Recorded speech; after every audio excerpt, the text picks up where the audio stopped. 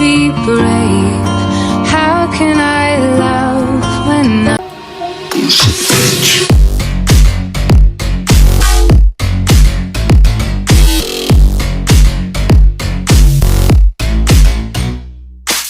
Oh, look at that. We are recording.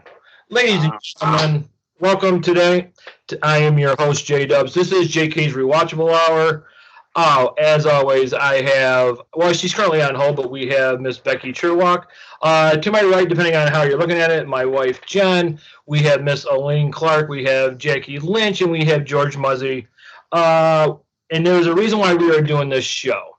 2 months ago, I believe it was 2 months ago, Aline had suggested that we do a topic on suicide. We were hoping for a very positive outcome, and that's why we're on the show tonight. The individual that you see there, her name is Deb Maxwell. She reached out to all of us on the show. She thanked us for doing the show. And we are basically dedicating the show to her tonight. You can also find her page, Smile Through the Storms, on Facebook. Please check it out. Deb, welcome to the show. How are you doing? Hi to everybody. And first, I'd like to thank you again for inviting me and being an outlet to get more of my story about my son and about the group out to everybody. I think it's a very, very important thing that you're helping me to do. Sorry, I was getting a drink. I apologize. Well, actually, the reason why there was some of the positivity is because Aline, she deserves a lot of the credit because it was her idea. And just before we get into your story, I was just really nervous to do the show, but I'm so glad that we did. And Aline, thank you for just keep on bringing it up, because there is some positivity, and we you have a story that needs to be shared, and we're hoping to at least change one person's life. That's one of the things that we do try to accomplish on this show. Given the nature of the show, Deb, if you just want to share why you have Smile Through the Storms in your own words. Okay. To give a little background about me, I'm a single mom. I have 4 children, two sons, 2 daughters. From right here in this area, the Elmira Corning area, though I've lived across the country. My children, I was married to the military, so we bounced around quite a little bit. And I came back here to Elmira when I became divorced. I came back to be home, be near family. In 2014, I fast forward quite a little bit. My children are all grown. They're living on their own. They have their own families. My youngest son, David, had gone through some really hard personal times. Relationships split up, and the mother of his children took the children and moved down to Texas. Devastated him. He in turn moved down to North Carolina because that was his happy place. That's where, when he was first on his own, moved away from mom, that's where he had the bachelor home and all this and that, 6 months after living down there, March 5th, 2014, my son just couldn't take anymore and he completed suicide. He was living with my oldest daughter and her family who reside down there. And he told them that night, March 5th, for dinner time, make my plate and put it in the microwave and I'll get it when I come back home. I'm going to go for a walk. And he never went home. People bring up to me, didn't you see the signs? I'm in New York. He's in North Carolina. When you're talking on the phone, you can cover up an awful lot of things. So I didn't see any signs.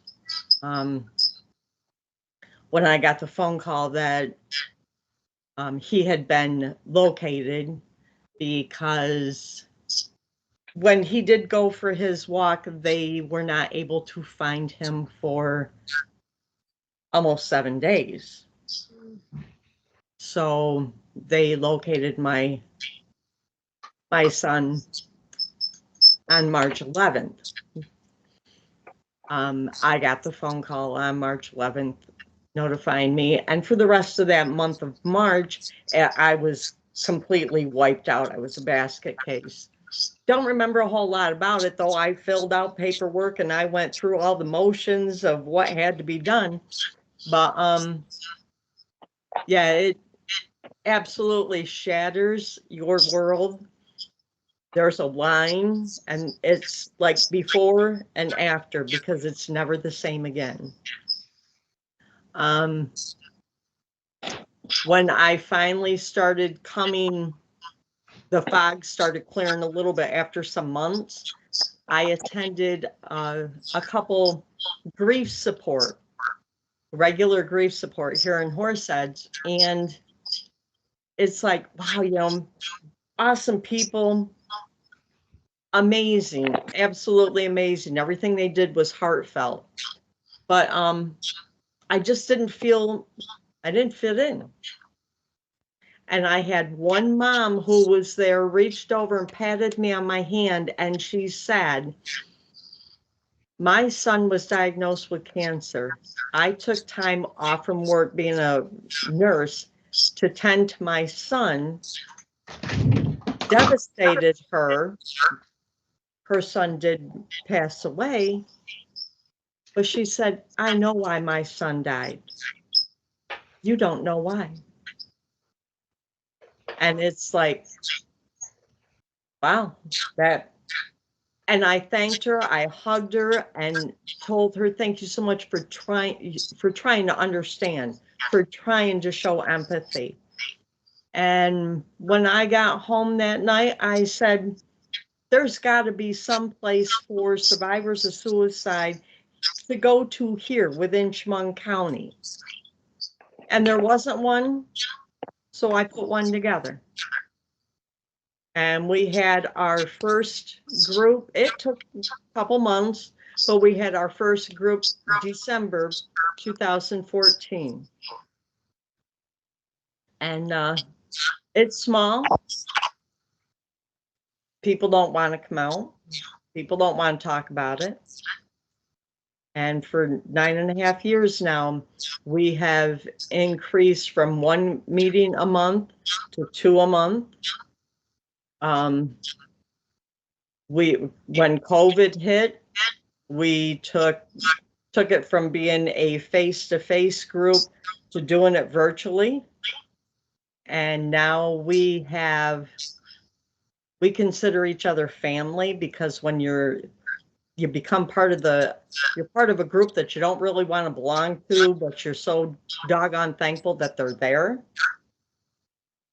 We have family now from here to California and Illinois down to Texas that join in. And it still stays a small group, because now all these people join at every group, every meeting time. And I put it across to all the survivors when they first want information about it. You can come once, you can attend for a few months, you can attend for as long as you need to. I'm going to be here. And that I don't expect people to come to each and every group. I want them to be able to heal and go help somebody else. So it's been very, very trying. I've now gone from tabling and getting information out here in Chemung County. I do an awful lot of tabling down in Tioga. Last week, I went down to Towanda, Pennsylvania. I go up to Tompkins County, Steuben, Schuyler. I was a busy woman, and it's got to be put out there that there's a group for survivors. Anybody have anything to say? I'm just going to open the floor real quick. I think what you're doing is fantastic. Thank you. So Yeah. when we did the first show, it's because we had friends, and one thing we don't do on the show, we don't make anybody say anything they don't want to do or are uncomfortable. We don't pressure anybody. And sometimes we just say certain things like this to give somebody the open door to speak freely. And I think that what you're doing is phenomenal. Just like, Aline said, this group was formed by 6 or 7 strangers who just had become really great friends. And one of the things I was listening to is when you said that you formed through Indiana and Texas and California, you guys become a family for obviously not the right reason, but you guys are there for each other. Right. And that's one of the things that we try to do on this show. Sometimes we do have a lot of fun. We play silly games, but then there are just moments like this that we need to just stop time and make sure that everybody knows that it's okay. If you're going through something, that there's support out there. Right. Right. Absolutely. And, one of the biggest things that I try to get across is mainly men. Young men need to be able to feel that it's okay for them to go and open up and say, something's bothering me. I need to talk about it. Because men have been put under the stigma that you're a man, you're strong, you don't cry, you don't show feelings. Well, you can still be strong and have feelings at the same time. And we need to be able to say it's okay. Mental health is just as doggone important as physical health is. And we need to get people to talk more about mental illness, about suicide. I've taken it to the school district here, and I had an individual say, well, we can't talk about that in the schools. The kids are going to start thinking about it. And I go, they're already thinking about it. What are you guys doing? Yep. Well, we haven't had any situations like that. And I go, would you like to talk to the mother of the 10-year-old who went upstairs and found her daughter in the closet, 10 years old? That rips my heart out, because people who are in the positions to do so much more to help, they have blinders on and they don't want to get involved. And I have said to people when I've been interviewed by the local news, I am my son's voice. I will be doggoned if I'm going to be quiet. The only time I'm going to be quiet is after I take my last breath. Until then, people are going to have to put up with me because I make a lot of noise. As you should. So, you what you Oh. said about young men, uh-huh. that thing you said right there, that hits me really hard. Because I had no one to talk to, or I don't think I had anybody to talk to at all for years. I've told these guys that I literally felt like it was me against the world. Mm-hmm. And on a later show, I'm going to tell the story. Definitely, I'd like to have you, if you can't join in, at least watch it when we do. The others here know my story, but because I've told them. But that really hit me really hard because I didn't have anybody to talk to, or I probably did, but I didn't know who I could trust. Right. Yeah. And I definitely thought of suicide. Definitely entered my mind, but I didn't go that route. I just hid feelings all the time. I've actually kind of trained myself. I still hide them a little now as well. just to piggyback off what George was saying and what you were saying about, the stigma of guys. We've talked about this many times. Obviously, growing up, you're right. It wasn't cool for guys to talk, and now George and I were almost 50, or we're over 50, and a couple of the other guys in the group. We talk like we open up and we talk about our feelings. We talk about stuff that's bothering us, and it's just sad that society does not, almost makes it seem like it's not okay that and I think it's excuse for how I say this. I think it's just bullshit. I think anybody should be able to open up and talk. And I think on a show that we did either last week or whatever, if you don't feel comfortable around your circle, get a new circle. Right. Which is easier said than done, and I get that. And like I said, so there's other people involved on the show, but we're from all different walks of life, and it wasn't up until 10 months ago that we all just started talking and just becoming better friends. Mm-hmm. And one of the things that we talk about is the trust factor. Like, nobody's really going to talk to somebody if they don't feel like they can trust them. Right. Because what's really going to happen? Somebody's going to say a couple of things like, what? Get over it, or, oh, come on, dude, or I don't know how a woman would respond. I apologize. I'm not trying to be funny. But I know, like, when one of us in our group has a problem, the first thing is, what can we do? What's going on? And to be pushed aside your whole entire life. I'm not speaking for George, but he had already said it. But like George and I feeling like you couldn't talk or anything like that, I think it's a very shitty feeling, and it's wrong. Yeah. I want to say a couple things, and not to deflect from suicide, but I think they are relevant in the times. One thing that the times of men feel like they were pushed down with their feelings, right? Like growing up, like what was that? The 80s, right? Right.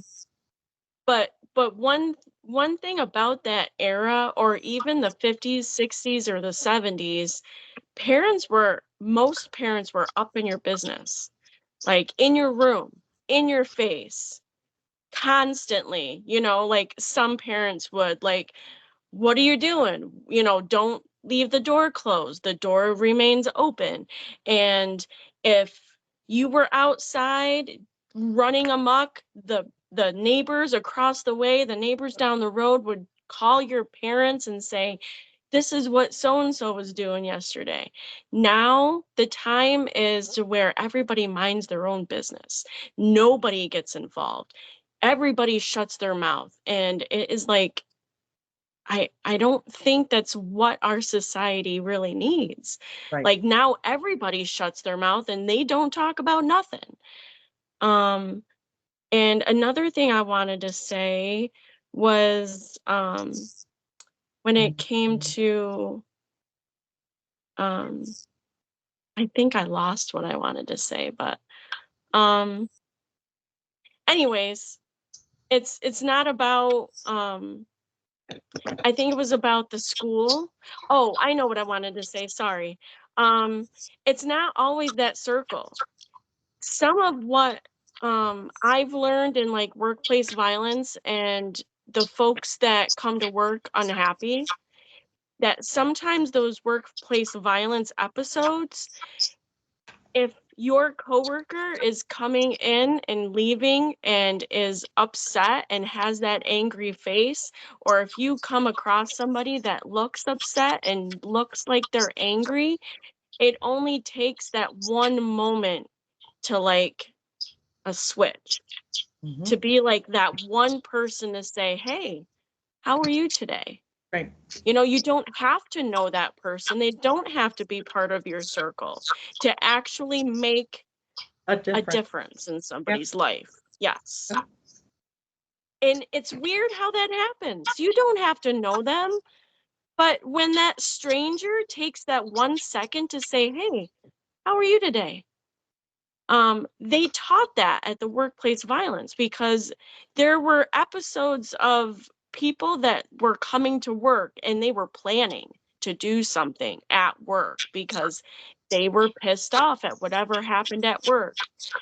And this one guy asked, so do you have a reason? Is because they shot like 4 other people, but they didn't shoot the one that actually smiled at them and asked them how their day was. Wow. It's Wow. sad. Yeah. But it hit home for me to actually, you know, like sometimes we don't look at the people as they're coming at us in the hallway, at the street, on the sidewalk. We don't even look up to say hi. We're just in our own zone, or we just look on the sidewalk. We don't make eye contact anymore. So what if that one time you make eye contact with somebody? And I don't mean to reflect on the whole your son going for a walk, but what if he did approach somebody that actually would have been, hey, how are you Right. doing today? Exactly. Is there something I can do for you? You never know, right? Right. You'd never know. And it's funny that we're sometimes robotic. When we're asked, how's your day? Or, hey, how are you doing today? It's always fine, how are you? Fine, how are you? Fine, how are you? No matter how shitty we feel, right? Like, See, and that's just where some I've things to changed. throw out there. I have changed exactly how I reply to people, because I can't pay smiles anymore. If I'm not having a good day, I've had better. And throughout all of this, by the way, is my angel. Aww. 34 years old, a warm attitude, a beautiful spirit, a light that continues on, because I just feel like he's with me. So as long as I keep spreading the word, he's right there. But since the day that he completed suicide, I have said to myself, you got to change this up and around, because I could have stayed down wallowing and be all kinds of grieving and be all kinds of dark, but he wouldn't have wanted me to do that. And to be quite God's honest, he had 34 years of beautiful, beautiful memories. I refuse to have people remember him on that one last day, because that does not define the person that my son is. Absolutely. So I didn't make a. Does anybody have anything to say before I ask a question? Elaine? No, we're good.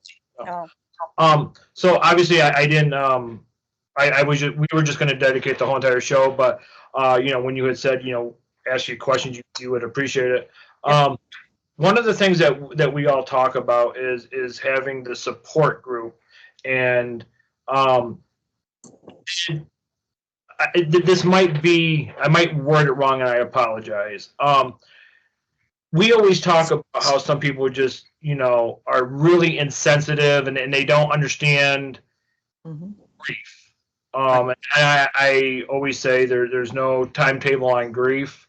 Every time Jen and we go away, we have, you know, my mom's pin and her grandma's angel. It's in the car with us all the time, and every time, you know, there might be some sort of an accident, we always say, you know, hey, thanks Grammy and thanks Mom, you know, you're watching over us. And I apologize if this is wrong to ask. Was there somebody that was so insensitive around you that just like basically said, you know, hey, it's been X amount of time, get over it? Or I apologize if that's wrong. Let me tell you, about a year and a half after Bob had passed, I had a woman that we were over at a local park here, you know, getting things around for a local walk that was going to be taking place. And this woman said, you know, Deb, I really don't know a whole lot about you personally. She goes, how many children do you have? I said, well, I have 4 children. I have 2 sons and 2 daughters. She goes, well, one died, so now you have 3. Oh, Yeah, that look. Yeah, I have learned to bite my tongue because I refuse to lower myself down to how some people can be. And I just got up, I dusted off my pants because we were pulling weeds, dusted off my pants, and I walked to my car. And no, I have 4 children. Uh-huh. One, I'm blessed to be his mom. He's an angel. I've had other people come out and say, you're not over that yet. That is the death of my child. I will never be over that. I received sympathy cards saying, really not sure how to say or what to say to you or talk to you. So when you're ready, you can get back in touch with me. Until then, I'm going to leave you alone. And it's like, keep waiting for that phone call because that's not going to come. Hence, my circle has gotten smaller. And this includes, and this is heartbreaking, this includes family too. And that, I've had people say, well, I didn't know him, he lived out of state. But you know me. What the heck? I can tell you that throughout all of this, because first, when I was first told about it, I was mad and I was pissed at God. How dare you allow this to happen? And then, I sat back, took a long time. I looked at a picture of my son. I said, God gave us free will. He does not control that. I said, and I couldn't even be mad at my son because it's heartbreaking to think he was in so much pain that he felt that's the only thing he could do. So I love him. And now I know in my heart and in me finding more and more faith, I know exactly where my son's at. So. Sometimes like I don't get used a lot, but I'm amazed at just the shittiness from that are really insensitive. Even if they didn't know so and so or so and so down the road, they still knew of you or just to go to commercial break. I was just thinking about the card that the individual signed, and I don't know the person, but I was like, hey, I really don't know what to say. I feel kind of awkward, but when you're ready, if you want to talk, I don't know if that's how it meant. But I think sometimes you literally do need to reach out more and be like, hey, I am here for you, or or what can I do? I think saying like, what can I do opens a bunch of possibilities. Right. See, and that's what people should do, because so many don't know what to say and there's really nothing to say, but come sit. Yep. Come sit, give a hug, fix a cup of tea and just be there. That would have meant the world to me, because I spent way too much time alone. And do you know who's the highest risk for dying by suicide? Us, we the survivors. And it's like, so you can't leave us. And don't tell me to reach out. If you know that I'm in this spot, I lost my son, call in. Yeah. Yep. Just before we take a commercial break, I saw a meme on social media the other day that said, how come you didn't ask me for help? And the reply was, because you saw that I needed it and you didn't help. And I was just, as you were saying, like, you know, you knew I needed somebody, but you chose not to. I was just thinking about that. And Yeah. I'm just gonna, we're just gonna go to commercial break, and then we're gonna come right back and we'll talk about, you know, the everything that has to do with Smile Through the Storms. And, you know, if anybody has any questions or wants to share anything, we'll go from there. Okay. All right, we'll be right back after a quick commercial break. He's part of the show as well. So, Hold on. we are back from commercial break. This is JK'z Rewatchable Hour. We have Miss Deb Maxwell on the show. This is we're talking about her story, and a couple months ago we did a show on suicide, thanks to Aline Clark. And in case anybody missed the first part, Deb Maxwell reached out to us. I had asked her to come on the show. She wants to share her story so we can spread the message, because it's really important. So, Deb, if you would, why don't you just talk a little bit more about exactly the entire Smile Through the Storm, the website that I've been sharing and trying to, you know, help you out, or that we all have. I mean, I'm sorry, I apologize. I thank you all for sharing the Facebook page and the website too.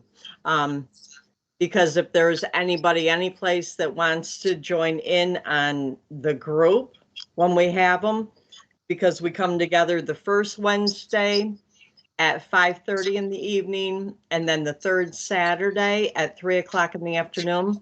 And there's a link up on the website that people can go to and join in that way, or they can go through Facebook. Smile Through the Storms it's a safe place for a survivor to come to be around other survivors and know that they're going to be heard, that they're understood, that they don't have to fall all over themselves trying to find the right words to explain how they feel, because we get it. You can cry. The biggest thing I like to do is say to them, please introduce me to your angel. Tell me about your angel. Because it's not, Smile Through the Storms, the whole reason that's about is because of my angel. But you share stories with me about your angel, and I'll share stories. I'll introduce you to my angel too. And we have a cute little ha-ha with some of the survivors out in the Midwest. I said, you know, because they can't remember how they found me. They can't remember how it is that they came across Smile Through the Storms. And I said, well, I like to think that my son is up there with your son and said, hey, tell your mom to go and get in touch with my mom, and they can talk while we're talking. And do you know, the moms absolutely love that. It warms their heart, and it warms mine. You know, as we're together, they're together. We just did the first ever retreat, Healing Day retreat for survivors, and it was held at the Watson Homestead in Painted Post. Half of the survivors, I had met them. I knew that they were coming. The other half, they RSVP'd. I'd never met these individuals, and it was such a huge, huge blessing to have us all together, because you have survivors who are 10 years out to some who were just months out. So we could say, we understand where you're at, but this is where we were there. This is where we're at now. So it gives them just a little, that glimmer of hope that we can do this. And I tell everybody, it's not a day at a time. You don't take it a day at a time. You take it a moment at a time. if you can get through the morning, you pat yourself on the back and say, hey, I got one more moment and I'm going to keep going like that. And you know, it's okay. It's because this is the worst hell anybody can ever go through. And it's okay to have those days. 10 years in, and I still have those days. I'll never forget when I was taking information out and about, because this is how I was getting information out, walking up to all these businesses with letters and bookmarks and going in. Hi, I'm Deb Maxwell. Would you please share my information for me on my support group? And people thought I was about batty. But you know, I walked into a funeral home, a local funeral home right here, and I got a catch in my throat when I went to introduce myself. And I apologized. I said, you know, I'm sorry. And he goes, don't ever, ever apologize for having that catch. That's love. And you never, ever apologize for love. And that, it's like, okay. Now I've done a few presentations. I've gotten up and spoken in public, which I'm no good at, but I still do it. And it's like, I don't apologize for the tears. I don't apologize for any of that, because grief is just love with no place to go. And you should never have to apologize for that. Right. Yeah, like I said earlier, there's no timetable on grief. I think, again, I'm not like trying to compare. I think on the show we've all lost someone, and you know it's hard. Like one of the things that you know we discuss is when you have those moments, like you know, there'll be times like I'll throughout the day I'll think about my mom. Mm-hmm. And then, like, you know, I don't think you should hold back your emotions. I don't think you should hide it, because to me, I don't think that's doing any justice to the person that you're thinking of. And Right. like I said earlier, you know, when we go on we have her grandma's pin and my mom's pin, and you know, it's just in the car with us. And you know, we always say when we reach our destination, it's like, okay, you know. She always says, thank you, Grammy. And I always say, thanks, Mom, you know, for watching. So when you know, I don't know if it's really true, but I want to believe it is. But like when you see a cardinal, you know, they always say that's a loved one. So every time I look out the kitchen window, and if I see a cardinal, I'm like, yeah, Mom, I'm doing the dishes. Yeah, Mom, I'm going to wipe down the, you know, because, you know, and that's something that I like to believe in.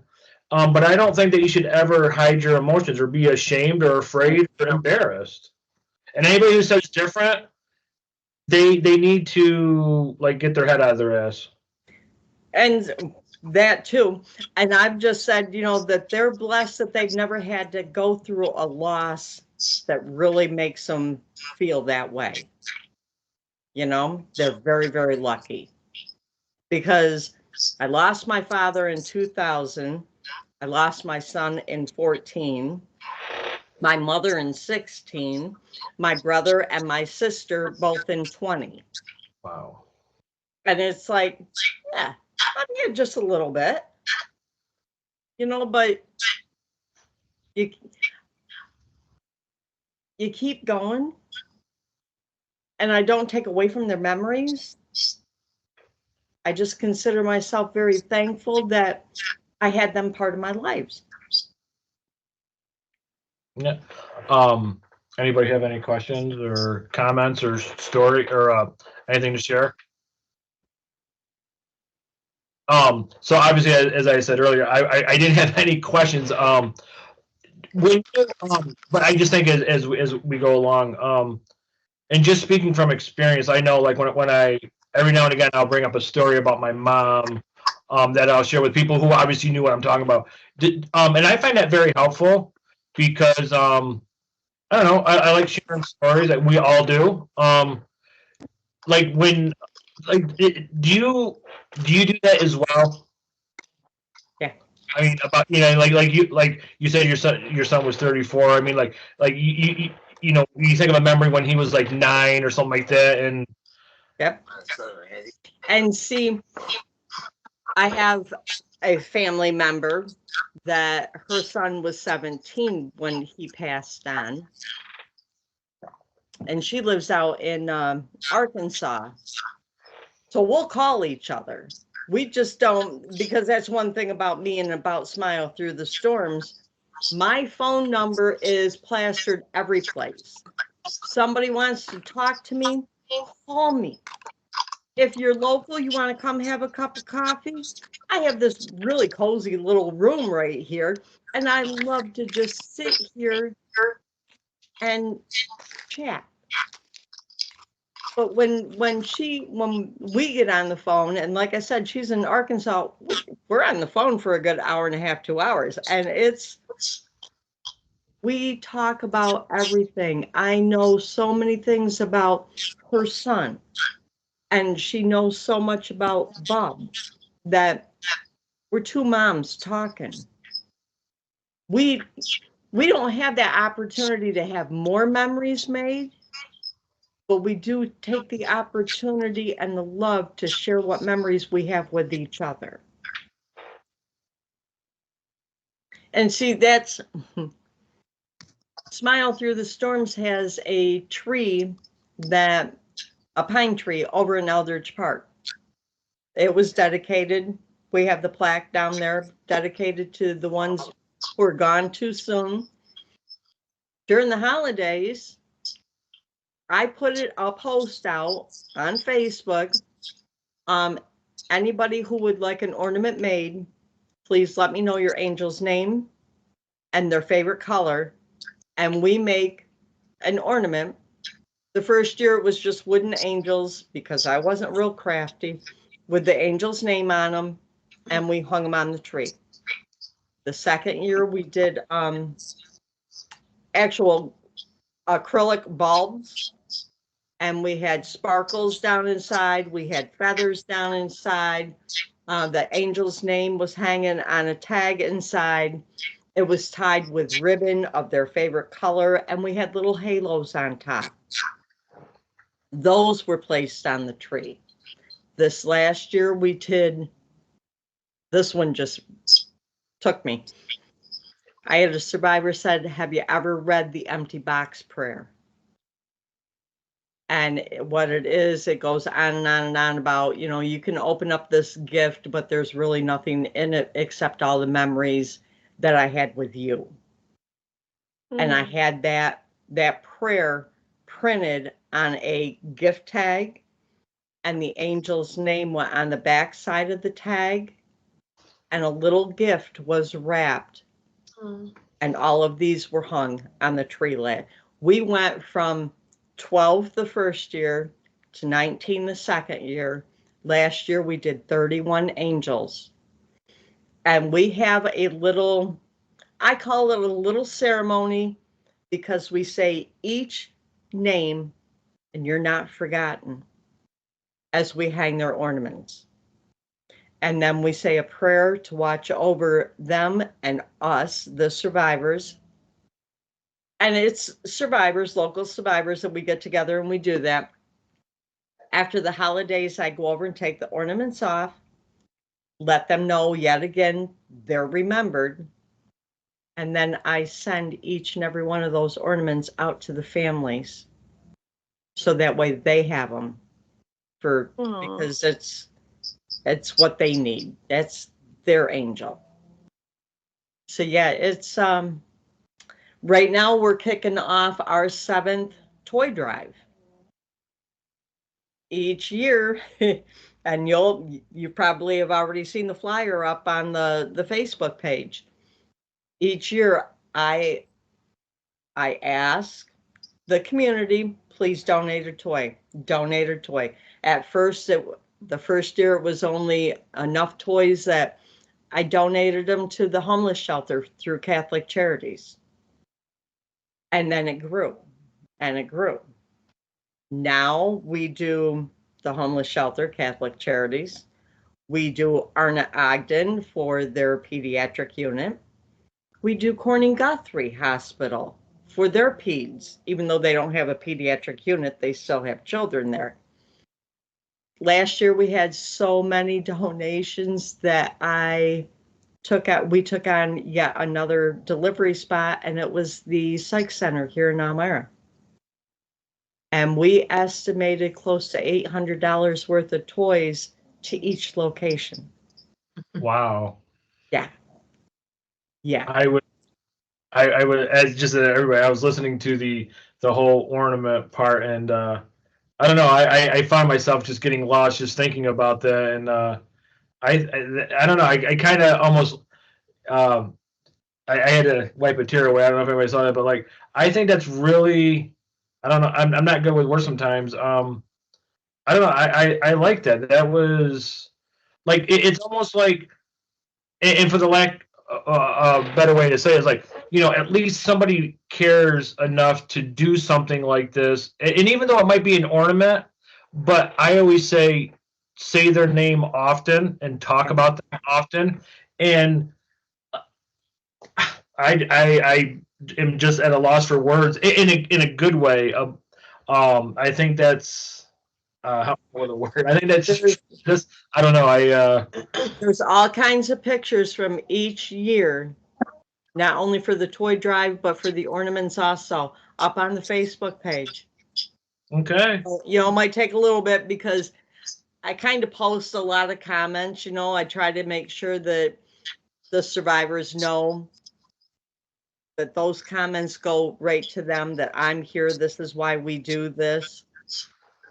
So you might have to, or there might be a little click on there. I'm not tech smart at all, you know, not even with Facebook, for the photos, and just go in through there and look, and it's healing to make them.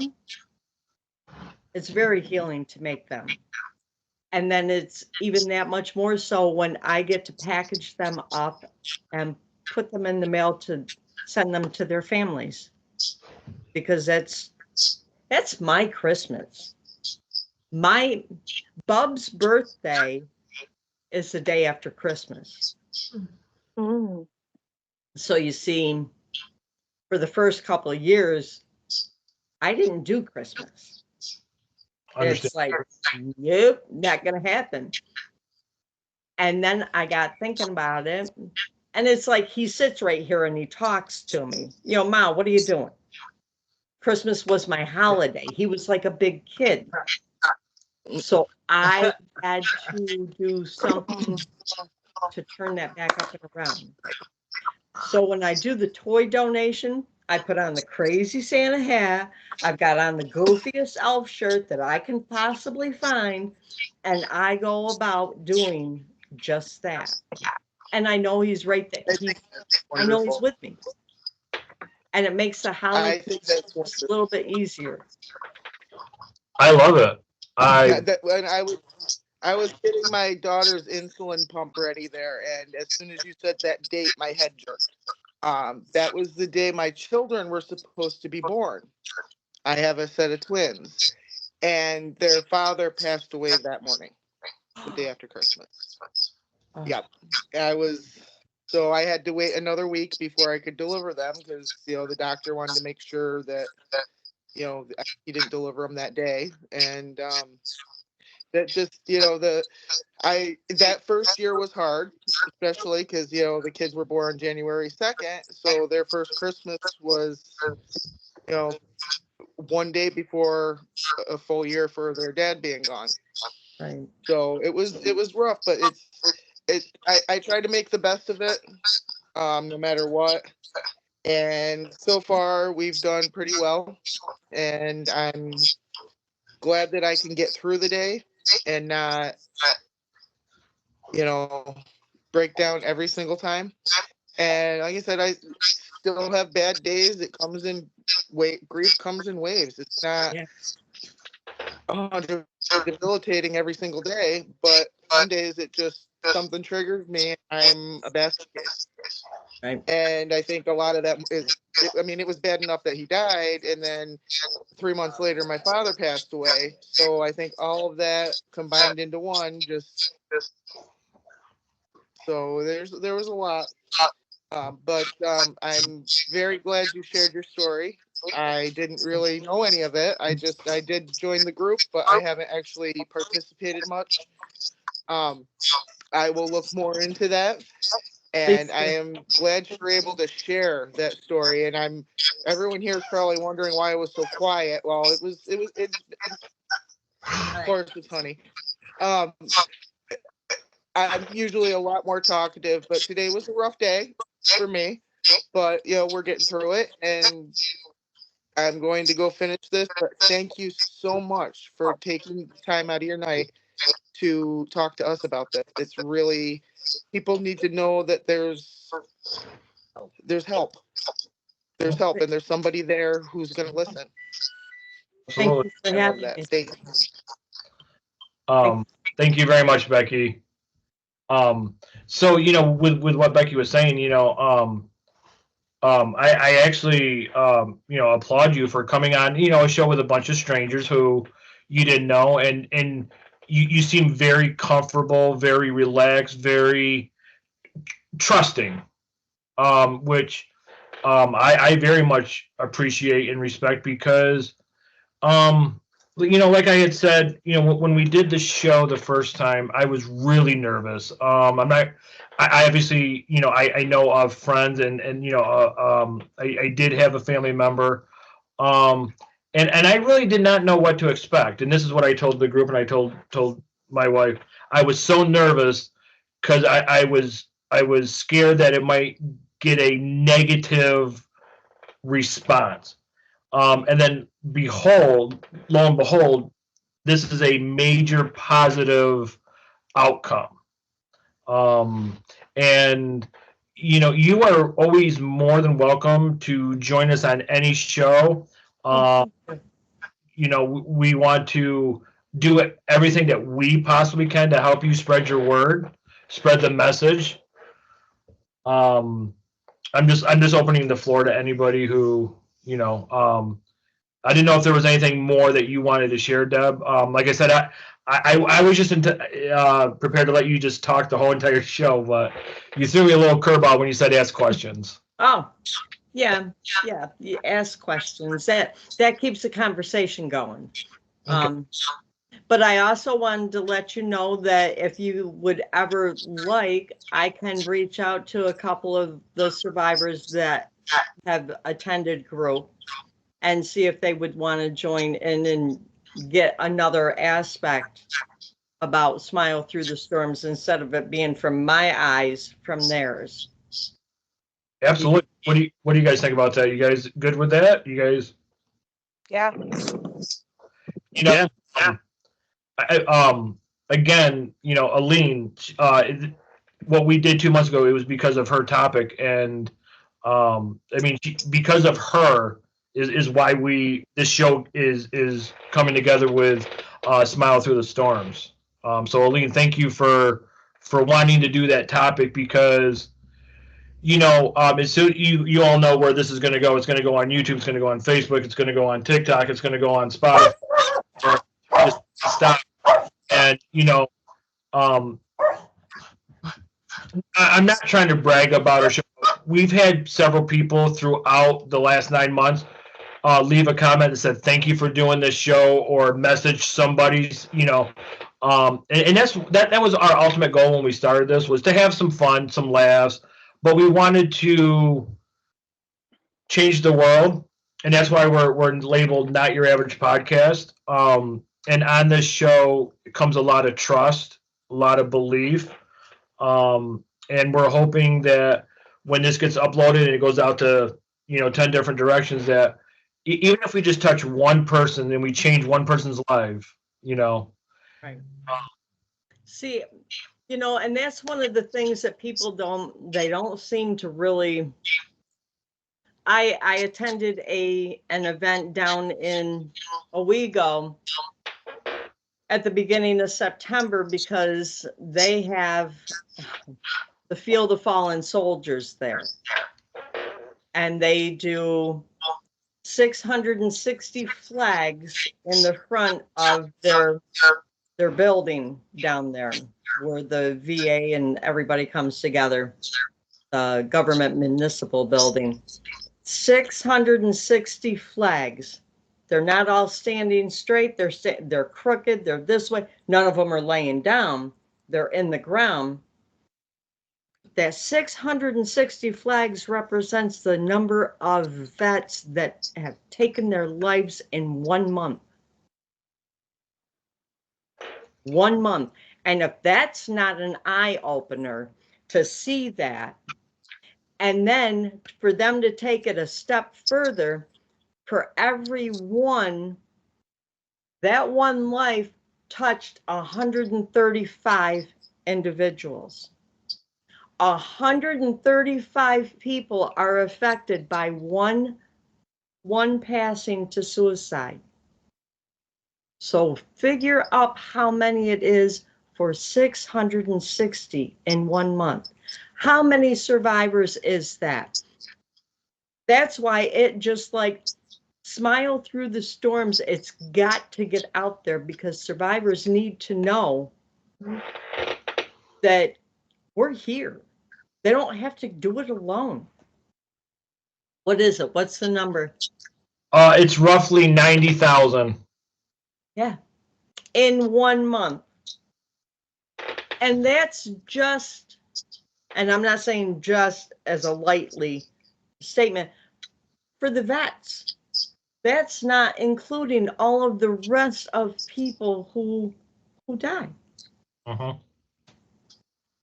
But you know, and I don't even want to try to guess the statistic of out of that 90,000, how many of them do not know that there's people probably within shouting distance that would support them and Right. and listen. Right. 90,000 a month. That's Staggering, isn't it? yes, indeed.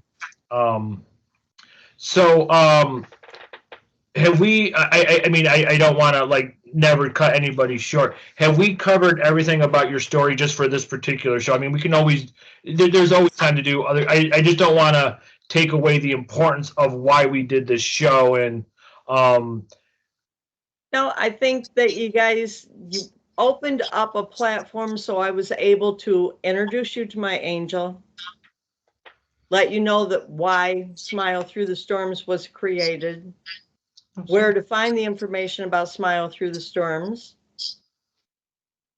and see if we might be able to get some other survivors in here and do another chit chat with you, which I think would be absolutely great. oh, absolutely. Sounds Olivia wonderful. or Jackie or Becky or Jen, you guys have anything just to add for a closing just before? I've got one little thing. It has absolutely nothing to do with the most of this. But as you know, I went out and got dinner because I really didn't feel good enough to cook dinner. And I fed Honey the fortune cookie that I got. And this says, you will be surrounded by people who love and support you. And I opened it up right while we were in the middle of doing this. There you go.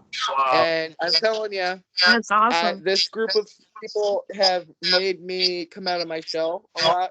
I do a lot of talking lately, more than I used to. And like, there's one sitting here that's looking at me because he's never on camera, but he's also part of that. He pushed me out of my comfort zone when my anxiety had me so crippled that I wouldn't leave the house. Bullshit. Yes, it was. And, having everyone reach out to me over the past year or so, because, we all have that same sense of humor that it can be a little dark at times. And that's the way that we, find humor in the darkness at times, because that's, if we don't, we're just going to cry all the time. And it's hard to do that. And we've all been there for each other. And if one of us is off for the day, one of us usually picks up on that and will say, hey, have you heard from so and so today? You know, they're not talking, they're not themselves, or do you think they're okay? And the support that you guys have given me this past year just means the world to me. And I'd like to say thank you. And like I said, I can be one hell of a smartass and a loudmouth on here, and you know it. And you know, I'm just glad you're all here, and I'm glad that we had another guest on who I'm very touched by your story, and I am so glad you're able to share with us. And I'm sure Jeff will get the website put up when he puts this on YouTube. Yep, absolutely. Jackie or George or Aline or Jen, anything? No. Okay. Well, I just want to thank our special guest Deb Maxwell for coming on, talking about her son who committed suicide. Died And by suicide. my apologies. I'm glad. Thank you for trusting us and sharing. We look forward to having you on more shows. I want to thank Aline again. She deserves a lot of credit. A couple months ago, it was her idea to do the show, and we found something positive, and now we're all going to become friends, and we're going to help spread the message. I want to thank George and Jackie and Becky and Jen for coming on the show. Thank you, Becky. Thank you, Debbie. Ditto, Becky. I was actually, again, kind of nervous just because of the subject, but I want to say thank you to all of you for just being who you are, and being great. And I love you guys. And I am going to let you all go. This will be posted on all places where you listen to your podcast within a half an hour. It'll take me a few days to just put it on our YouTube channel and Facebook, but you all will be notified. Deb, I just want to extend, the hospitality again to always come on the show. One of us will let you know what weekly is going to do. If you want to come on the show, you are more than welcome. Sometimes we play stupid games and have fun. Cool. I thank you so much for that. All right. You are more than welcome. And thank you once again. We appreciate it. This has been JK'z Rewatchable Hour. I am JDubs, your host. We are out. Thank you very much. And